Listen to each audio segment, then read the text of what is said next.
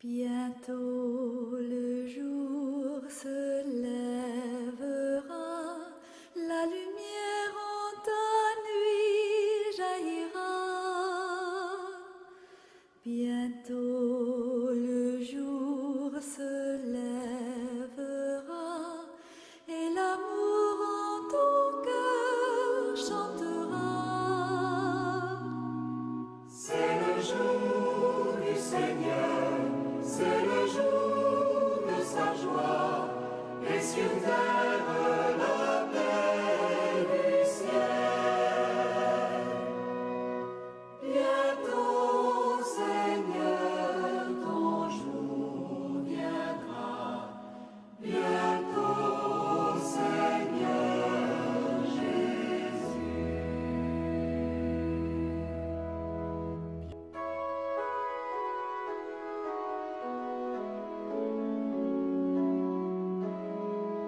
Fidèles téléspectateurs, le Seigneur soit avec vous.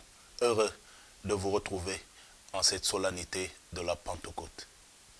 50 jours après la Pâque, notre Seigneur Jésus-Christ honore sa parole, sa promesse. Je vous enverrai l'Esprit Saint, l'Esprit de vérité. Il vous conduira vers la vérité tout entière. Et ce même Esprit est notre défenseur. Je m'en vais simplement vous relire le récit de cet événement fondamental pour la mission de l'Église dans le monde. Saint Luc, dans les Actes des Apôtres, nous rapporte l'événement au détail.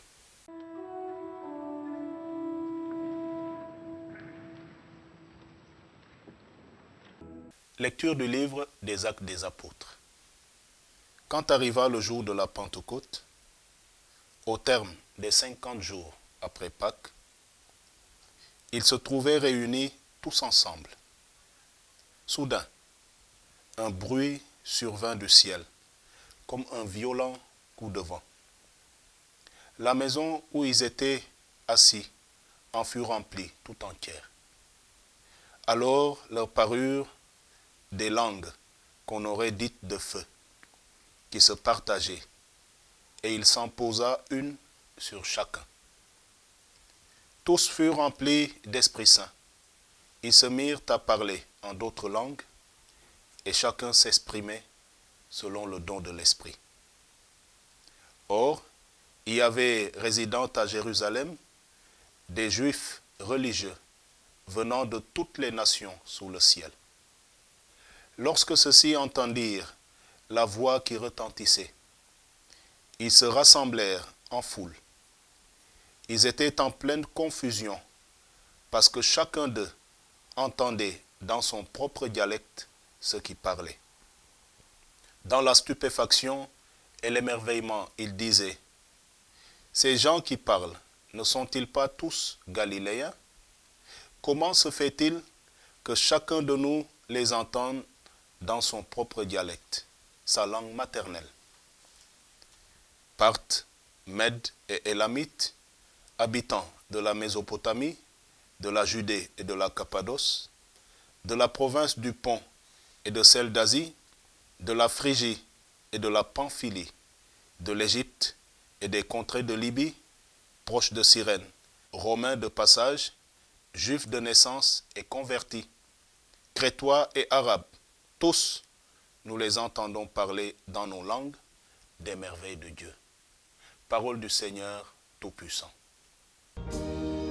Saint-Esprit, tel que je suis, je m'avance. Le cœur meurtri, le cœur chargé de souffrance. J'ai tant besoin de ta sainte présence. Oh,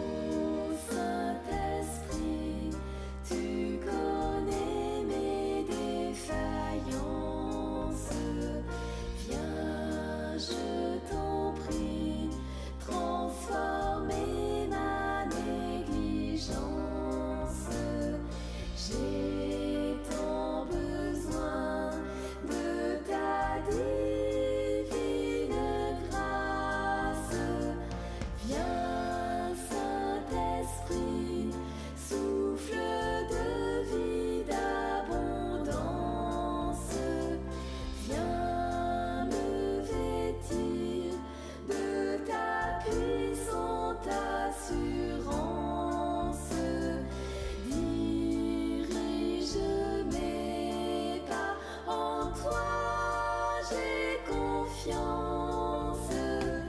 Viens, oh viens, souffle d'abondance. Viens, oh viens, vers toi je m'avance. Oh,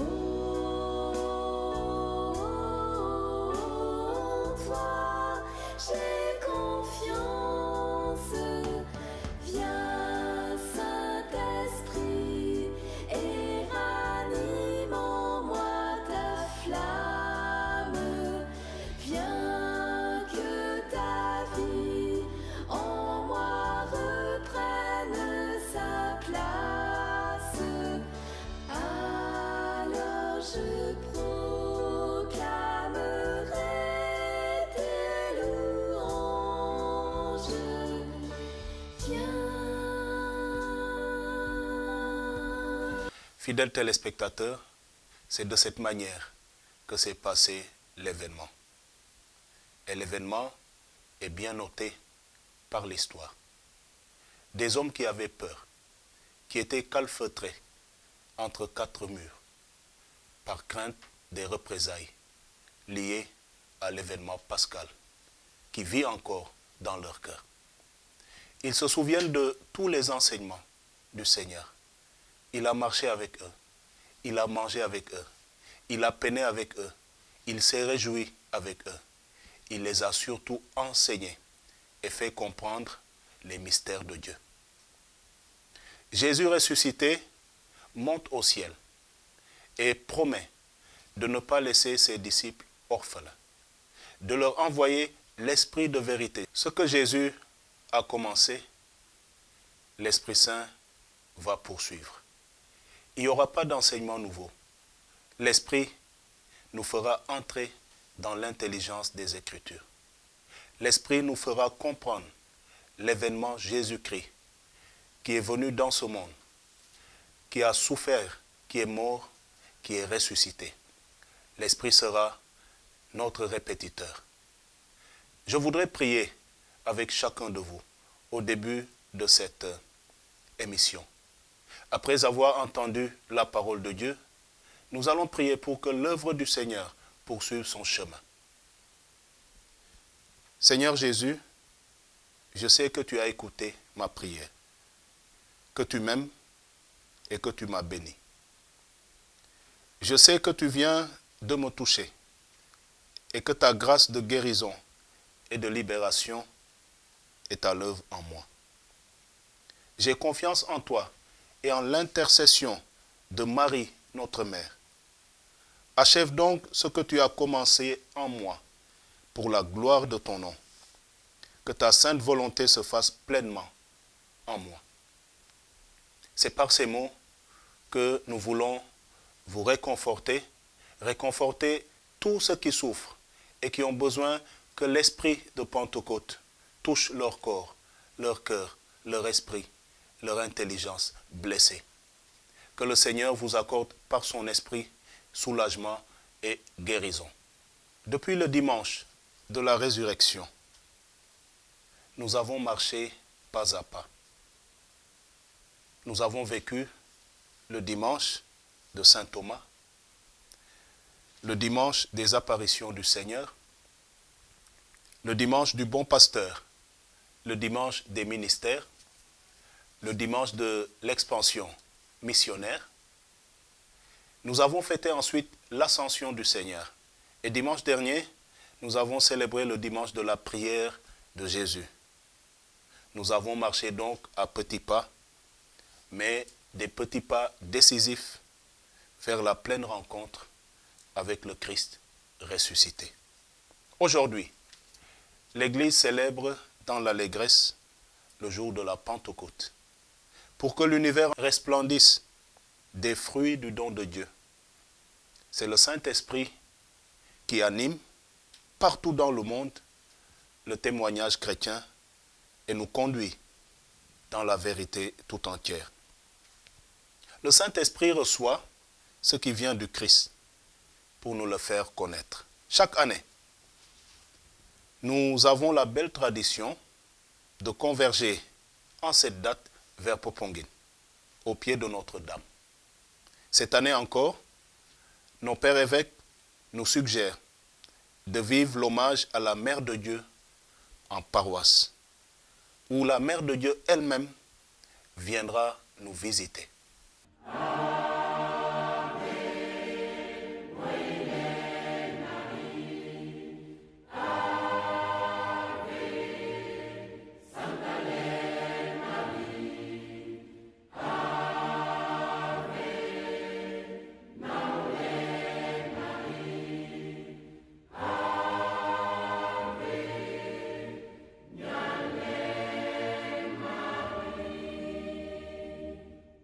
Demandons au Saint-Esprit d'apaiser en nous les discordances, d'apaiser en nous les flots inquiets, le bruit des mots, les tourbillons de vanité, et de faire surgir dans le silence la parole qui recrée.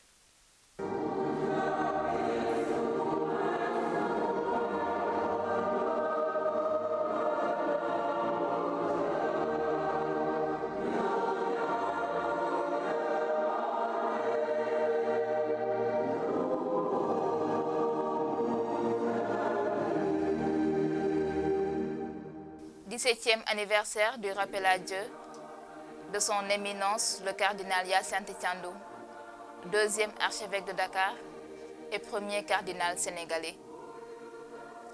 Cette messe entre dans un vaste programme prévu, célébrant le centenaire de la naissance du prélat disparu le 18 mai de l'année 2004. En effet, le cardinal Thiandoum est né le 2 février 1921 à Poponguine. Son Excellence Monseigneur Benjamin Ndiaye a présidé la célébration eucharistique en présence de son éminence le cardinal Théodore Adrien Sarr. La famille diocésaine est représentée par quelques prêtres, religieuses et autres fidèles laïcs.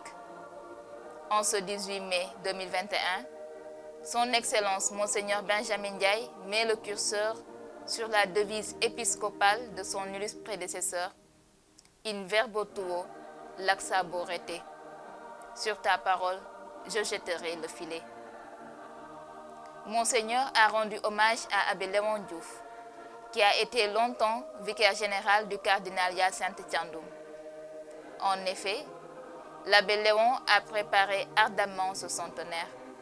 Monseigneur poursuit son homélie en insistant sur les valeurs de l'homme et sur les orientations de son magistère. Je suis le premier et le dernier.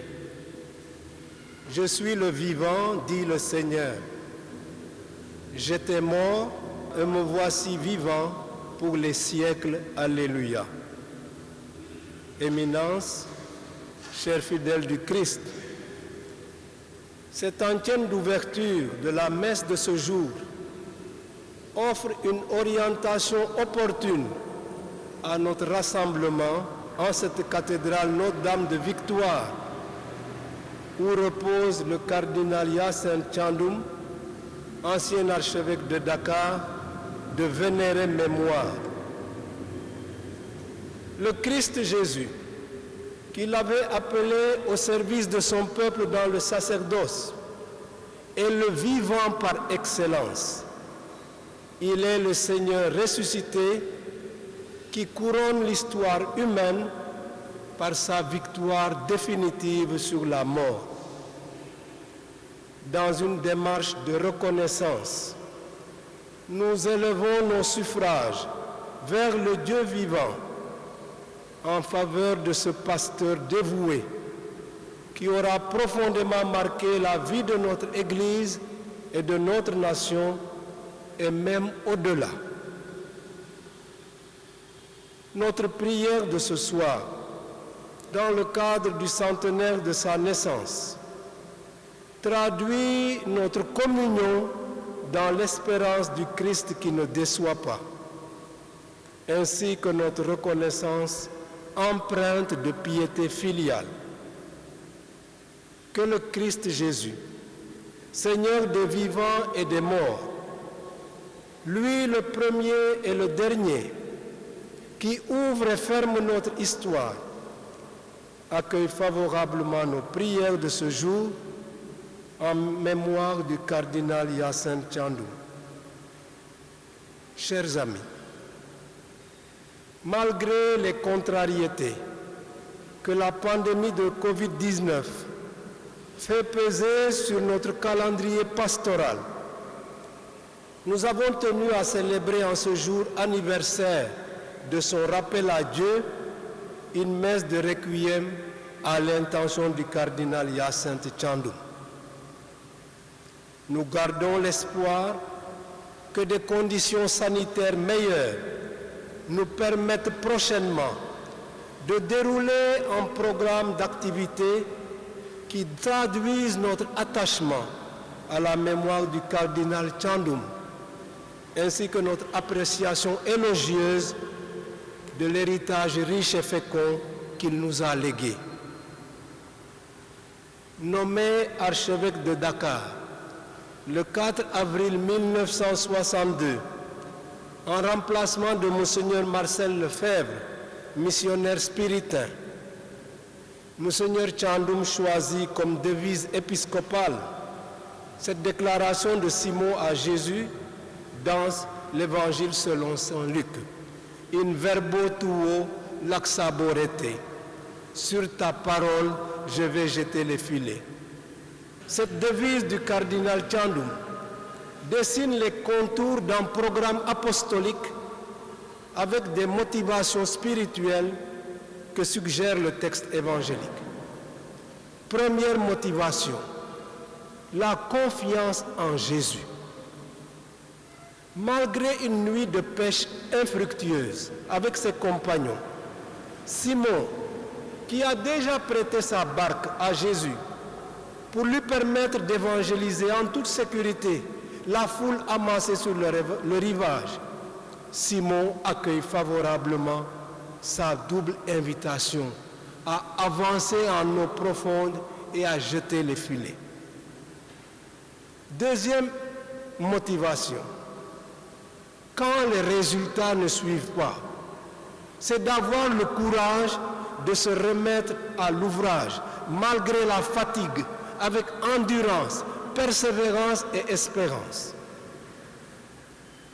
Troisième motivation, l'acceptation de changer de cap dans sa vie au profit d'une vie missionnaire en devenant pêcheur d'hommes à l'appel de Jésus. Quatrième motivation, enfin, la fidélité au terroir, du lac de Galilée à l'océan Atlantique qui borde Popenguine, le métier de pêcheur de poissons a prédisposé certains à devenir pêcheurs d'hommes, comme le cardinal Thiandoum, en répondant oui à la mission d'évangélisation, comme d'autres ont été préparés à la tâche pastorale en ayant d'abord été bergers et gardiens de troupeaux. Il me semble que ces motivations, inspirées par le texte évangélique, sont confirmées par la première prise de parole de Monseigneur Thiandoum à Radio Sénégal, juste après sa nomination comme archevêque de Dakar, comme nous le rapporte le journaliste Chérif El Walid Sey, dans un ouvrage intitulé « Monseigneur Thiandoum à force de foi » et que son éminence le cardinal Théodore Adrien Sarr a préfacé. À l'annonce de sa nomination comme archevêque de Dakar, Monseigneur Thiandoum disait « C'est avec une grande émotion que j'ai eu connaissance de ma nomination comme archevêque de Dakar. Mais en même temps, poursuit-il, j'ai senti en moi une grande confiance venant du Seigneur. Être nommé archevêque de Dakar est une charge délicate et difficile que je n'aurais certainement pas recherchée. Et il poursuit, mais puisque le Seigneur en a décidé ainsi, que sa volonté soit faite. Et il ajoute, j'essaierai de travailler dans cette ligne qui a été la mienne comme prêtre être toujours au service de l'Église et des hommes. Le cardinal Hyacinthe Thiandoum a été rappelé à Dieu le 18 mai 2004. Cela fait 17 ans. Après avoir dirigé l'archidiocèse de Dakar de 1962 à l'an 2000. Quels enseignements pouvons-nous retenir de ce long épiscopat?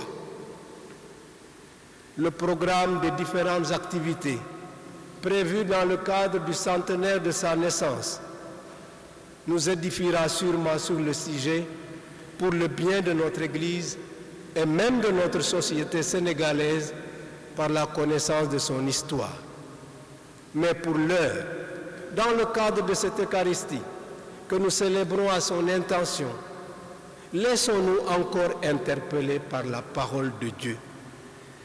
Admirons dans la page d'Évangile l'autorité de Jésus qui réquisitionne la barque de Simon pour enseigner les foules. Et au terme de son enseignement, qui lui intime l'ordre, à lui et à ses compagnons, avance en eau profonde et jetez vos filets pour attraper du poisson. Et Simon s'exécute après avoir tenté une timide explication. Maître, nous avons pêché toute la nuit sans rien prendre, mais sur ta parole, je vais jeter le filet. Simon ne résiste pas à l'injonction de Jésus. Il est comme maîtrisé, subjugué par ce prédicateur mystérieux, auquel il n'hésite pas d'ailleurs à donner le titre de maître, probablement séduit par son enseignement aux foules massées sur le rivage. Au début de la page évangélique, Saint Luc a volontairement souligné la présence de 2 barques qui se trouvaient au bord du lac. C'est une donnée importante pour la suite du récit quand se produisit justement le signe de la pêche miraculeuse. C'est alors que Simon et ses compagnons firent signe à leurs camarades de l'autre barque de venir les aider. Ceux-ci vinrent et ils remplirent les 2 barques au point qu'elles enfonçaient. N'est-ce pas là une belle illustration de la collaboration dans la mission reçue du Christ?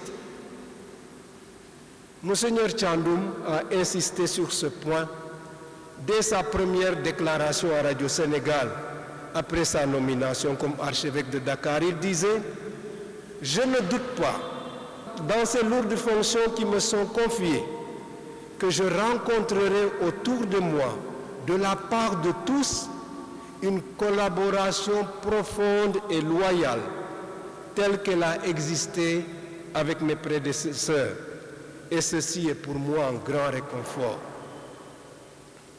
Nous retenons de la finale de la page d'Évangile l'humilité de celui-là à qui Saint Luc donne pour la seule fois le double nom de Simon-Pierre.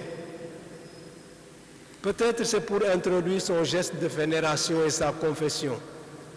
En effet, à la vue de la pêche miraculeuse, Simon tombe aux genoux de Jésus en disant « Seigneur, éloigne-toi de moi, car je suis un pécheur. » On peut dire que Jésus a bien déroulé son plan de recrutement. Et pour conclure, il rassure Simon et lui ouvre une nouvelle perspective d'existence. Sois sans crainte. Désormais, ce sont des hommes que tu auras à capturer. Le signe de Jésus a produit son effet, non seulement sur Simon-Pierre, mais aussi sur Jacques et Jean, les fils de Zébédée, les compagnons de l'autre barque. Et ensemble, en laissant tout, le trio de Simon, Jacques et Jean se met à la suite de Jésus. Cette page d'évangile, sous la plume de Saint Luc, qui a inspiré la devise épiscopale de Monseigneur Thiandoum, a assurément orienté tous tout son épiscopat. Je pense même qu'elle pourrait être la clé de lecture de tout son ministère apostolique. Ne voilà-t-il pas d'ailleurs un sujet qu'on aurait aimé proposer à feu M. l'abbé Léon Dauphin Diouf s'il était encore des nôtres, lui qui avait été le vicaire général du cardinal Thiandoum pendant de longues années et qui s'était déjà mis au travail pour préparer le centenaire que nous espérons pouvoir célébrer dignement. Interrogé sur la mort, sur le grand voyage, le cardinal Thiandoum a répondu à Chérif El Walid Sey ceci: le grand passage, c'est Dieu qui décide, qui dit quand est-ce qu'on y va. Ce n'est pas sain d'en faire une obsession, d'y penser tout le temps, comme si on n'avait pas d'espérance, comme si on n'avait pas bien travaillé. Un beau testament qui nous invite à la sérénité dans la confiance. Dans la première lecture tirée du livre des Actes des Apôtres, nous assistons à une rencontre au parfum d'adieu entre l'apôtre Paul et les anciens d'Éphèse. Ces anciens, ce sont les presbytres, ce sont les prêtres qui sont responsables des communautés chrétiennes à Éphèse. Ne pouvant pas se rendre à Éphèse, l'apôtre Paul leur a donné rendez-vous au port de Milet, à l'occasion d'une escale de son bateau, pour leur faire quelques recommandations. Il tient d'autant plus à cette rencontre qu'il appréhende son arrivée ultérieure à Jérusalem, avec des conditions apostoliques difficiles, à travers ce qu'il appelle les chaînes et les épreuves qui l'attendent. Son propos aux anciens, aux prêtres, dresse un bilan sommaire de son ministère apostolique en Asie. Il dit: je servis le Seigneur en toute humilité, dans les larmes et les épreuves que m'ont valu les complots des Juifs. Je n'ai rien négligé de ce qui était utile pour vous annoncer l'Évangile et vous donner un enseignement en public ou dans les maisons. Je rendais témoignage devant Juifs et Grecs pour qu'ils se convertissent à Dieu et croient en notre Seigneur Jésus-Christ.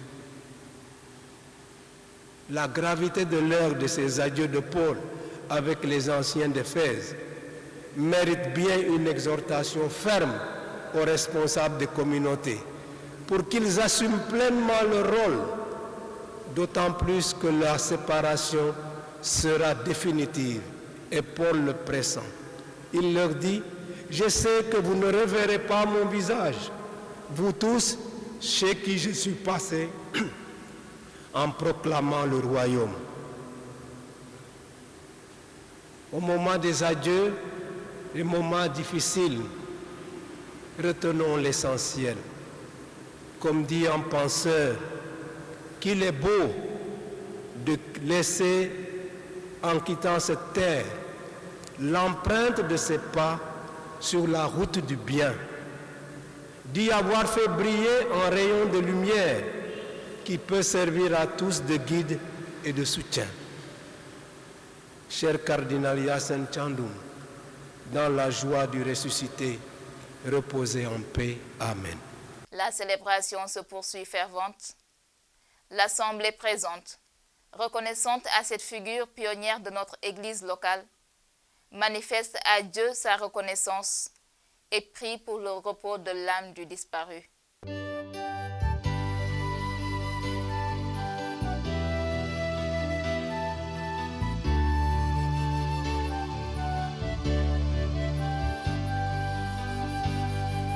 Fidèles téléspectateurs, bienvenue dans ce second numéro de Laudato Si consacré à l'environnement. Nous avons le plaisir d'accueillir sur ce plateau du Jour du Seigneur M. Stéphane Senghor, entrepreneur social et environnemental, directeur Afrique de Let's Do It World.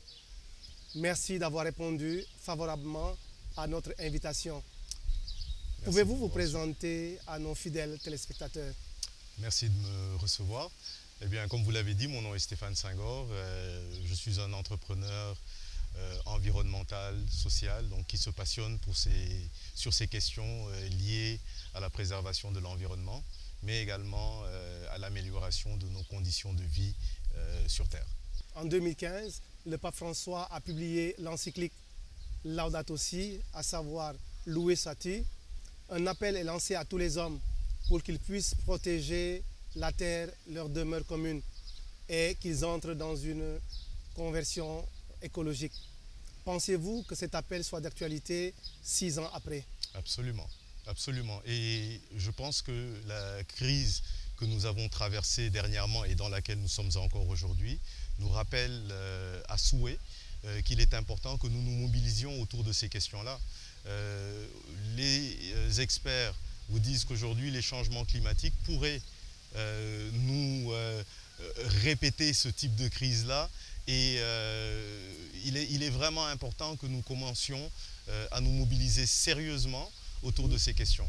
Je vous rejoins parce que selon l'Organisation mondiale de la santé, à partir de 2030, les changements climatiques devraient entraîner un taux avoisinant 250 000 décès supplémentaires par an du fait de la malnutrition, du paludisme, de la diarrhée, du stress thermique, etc.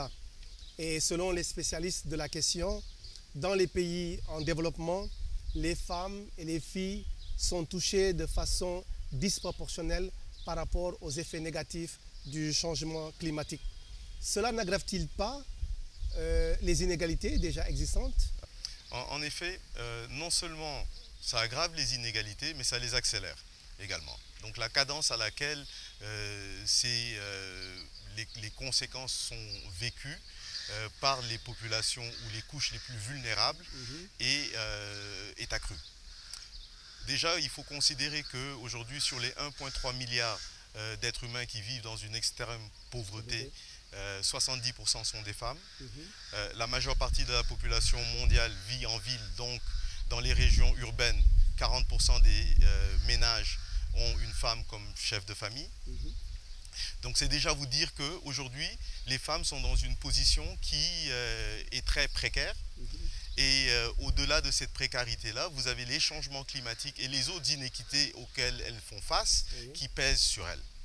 Et vous savez, pour mon dire, je pense que les femmes sont la colonne vertébrale de nos sociétés. Et en affaiblissant les femmes, c'est nos sociétés que nous affaiblissons.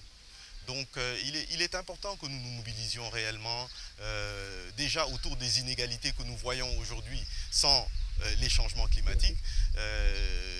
Nous n'avons pas de raison de les subir et de les accepter.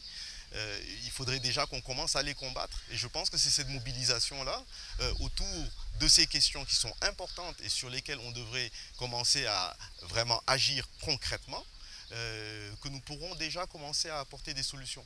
Nous devons nous mobiliser pour les questions essentielles. Certes, pendant que la population mondiale s'accroît, nous usons de manière irrationnelle les ressources de la Terre. Et ensuite, le monde demeure attentif. Que vous inspire cette interpellation? Vous savez, depuis les années 50, la révolution industrielle, et d'ailleurs bien avant, on a toujours adopté le même mode de fonctionnement. Nous vivons dans une économie linéaire. Donc nous estimons, nous en tant qu'êtres humains, que nous pouvons exploiter la nature à satiété, transformer, consommer, puis ensuite jeter. Et aujourd'hui, nous sommes très au fait que les ressources ne sont pas illimitées. Les ressources ne sont pas inépuisables et nous ne pouvons pas continuer à les exploiter de la même manière.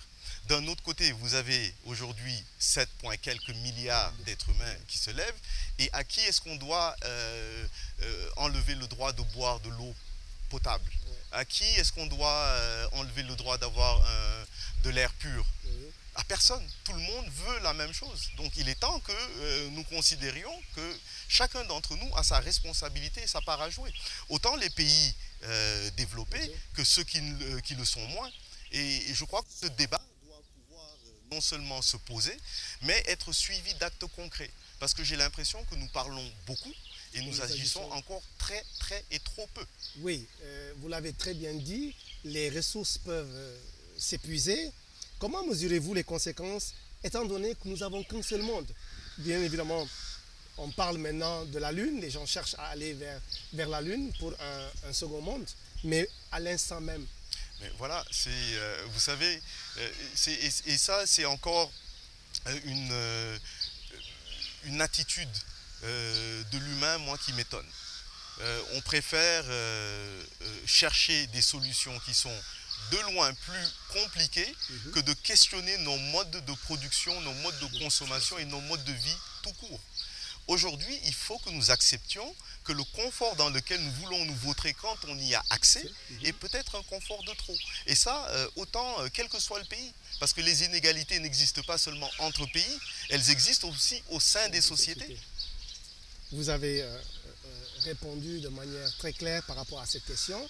Et si on revenait un peu en arrière en nous référant à l'histoire de la Genèse, d'Adam et Ève à nos jours, l'homme de foi est-il dans une dynamique de préservation de la nature? Si mes textes sont bons, le Seigneur aurait demandé à Adam et à Ève de ne pas goûter aux fruits. Oui. Mais aujourd'hui, ils ont coupé l'arbre. Ouais. Ils ont rasé le jardin.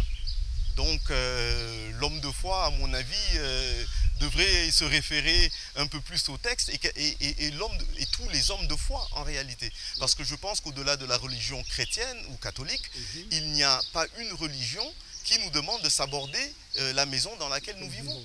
Ça c'est vrai. C'est-à-dire couper l'arbre Carrément. où nous vivons. Mais ça n'a aucun sens. Aucun sens, certes. La situation de dégradation a atteint un niveau très très élevé, tel que le démontrent les différents effets qui impactent. Selon vous, quelle stratégie préconisez-vous pour le cas du Sénégal et ses réalités? Je suis peut-être pas nécessairement bien placé pour dire quelle stratégie adopter pour le Sénégal en tant que tel, parce qu'on ne peut pas regarder ces questions en vase clos. Il faut penser le Sénégal au sein de l'Afrique, il faut penser l'Afrique au sein du monde. Donc partout, il y a des stratégies de résilience à mettre en place. Parce qu'il faut que de plus en plus nous soyons en mesure d'anticiper, que nous soyons en mesure d'avoir des mesures d'adaptation concrètes et que nous soyons en mesure de nous organiser en conséquence. Parce que tant que nous constatons simplement ce qui nous arrive, mais nous sommes des témoins et nous assistons à un spectacle en nous demandant à quelle sauce nous allons être mangés, en attendant que l'on trouve une place sur la Lune, si on nous fait une place. Je crois que c'est à nous de commencer à travailler à ces questions-là, d'autant plus que le Sénégal, comme on y fait référence, tous les secteurs économiques ou la bonne partie des secteurs économiques porteurs au Sénégal sont intimement liés à ces ressources naturelles-là. Donc si on ne les préserve pas et qu'on ne les protège pas, mais en fait nous sommes en train de scier la branche sur laquelle nous sommes assis. Les dirigeants du monde entier se mobilisent par rapport à cette situation de préservation de la nature. Le Sénégal ne peut pas être en reste.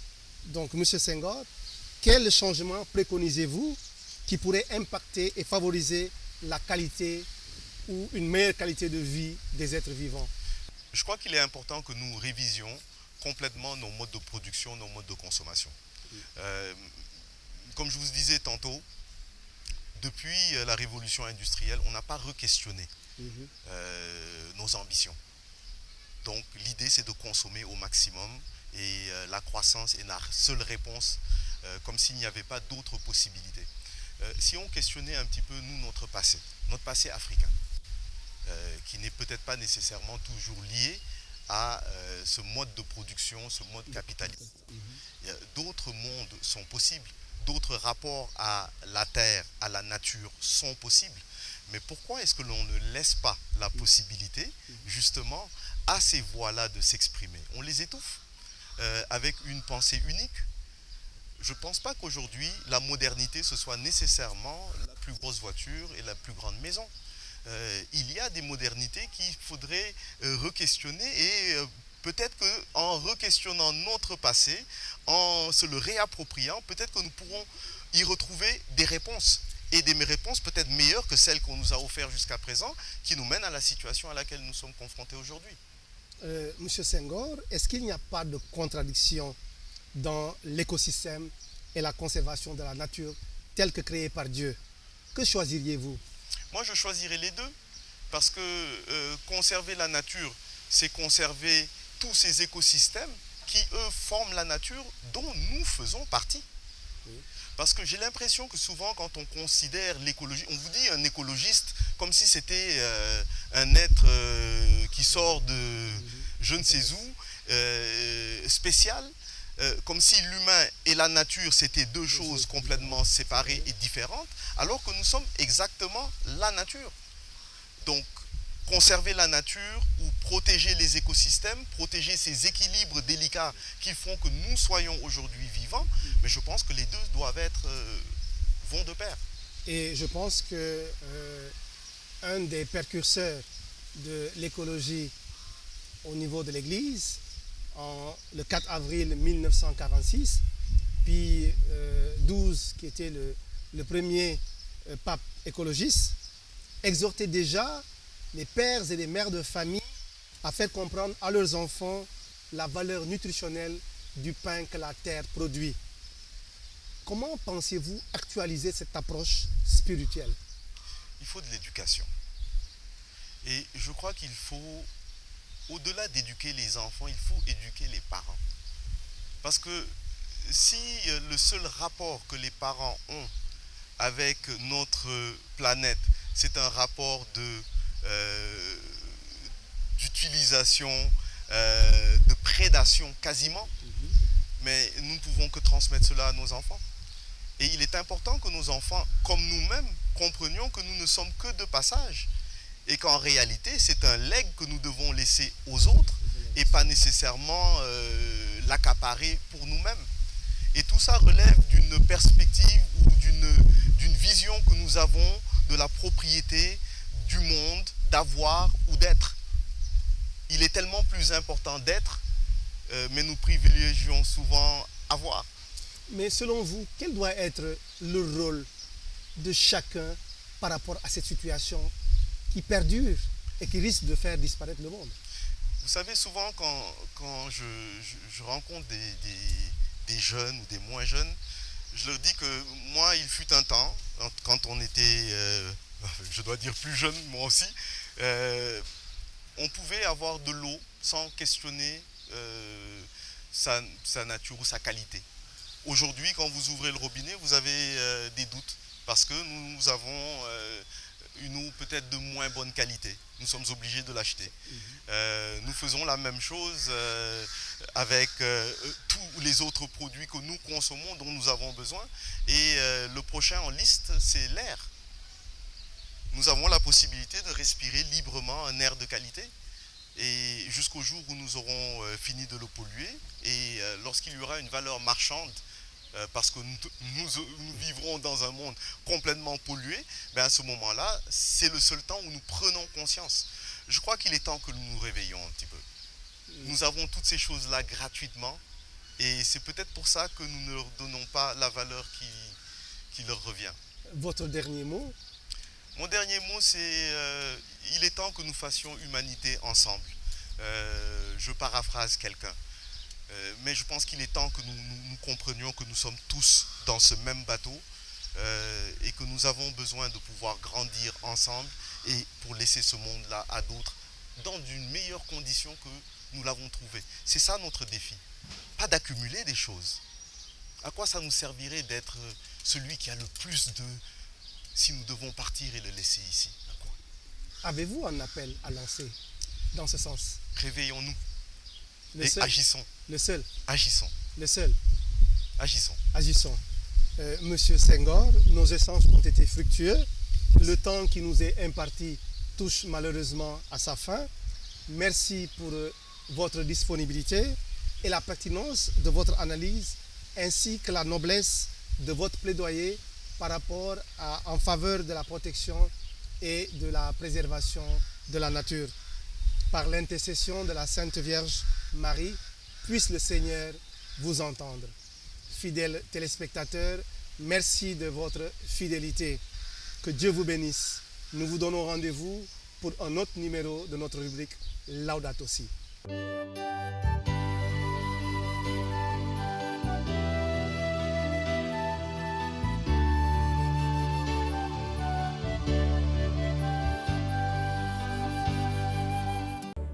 Saint-Esprit de Dieu, viens. Viens rassembler tous nos désirs pour que ces désirs deviennent une réponse à la lumière. Pour que ces désirs deviennent parole du jour nouveau. Pour que ces désirs deviennent parole de communion. Consume en nous l'ivraie et la paille, parce que tu es le feu de la promesse qui jaillit du Christ ressuscité. Mets en nous une espérance audacieuse et efficace. Crée un monde nouveau, efface nos fautes, éclaire notre foi, habite nos silences et nos prières. Bonne fête de Pentecôte et bon courage pour la mission. Bientôt le jour se lèvera, la lumière en ta nuit jaillira. Bientôt le jour se lèvera et l'amour en ton cœur chantera. C'est le jour du Seigneur, c'est le jour de sa joie, et sur terre